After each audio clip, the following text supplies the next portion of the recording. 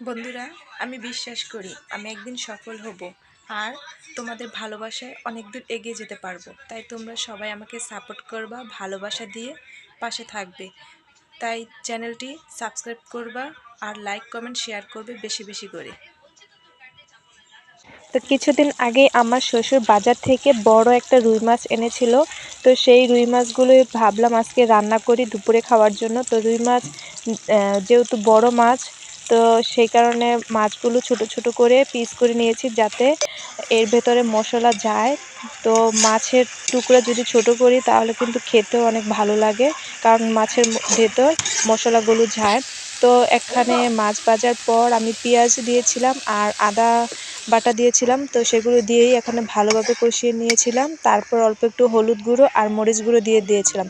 আর এই যে এখানে দেখুন মাছগুলো কড়া করে কিন্তু ভেজেছি। তারপর ভাজা মাছগুলো কিন্তু এখানে টমেটো আর পেঁয়াজের মধ্যে ভাজা মাছগুলো দিয়ে দিয়েছি। তো এক চুলায় ভাজা বড় মাছ রান্না করছি, আরেক চুলায় কিন্তু চিংড়ি মাছ দিয়ে কালা বেগুন রান্না করছি। তো এগুলোই ছিল কিন্তু আজকে দুপুরে রান্নার মধ্যে। আজকে সিম্পল কিছু রান্না করলাম, আজকে মাংস রান্না করিনি, শুধু মাছই রান্না করেছি।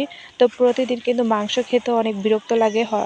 হঠাৎ করে যদি একদিন মাছ খাই তাহলে কিন্তু মুখের রুচিটাও পরিবর্তন হয় আর ভালো লাগে। তো রান্না বান্না শেষ করে এদিকে এই যে রোদ্রের মধ্যে জুতা শুকাতে দিয়েছিলাম, জুতাগুলো ধুয়ে দিয়েছিলাম। তো সেগুলোই কিন্তু বাড়ির পিছনে শুকাতে দিয়েছি।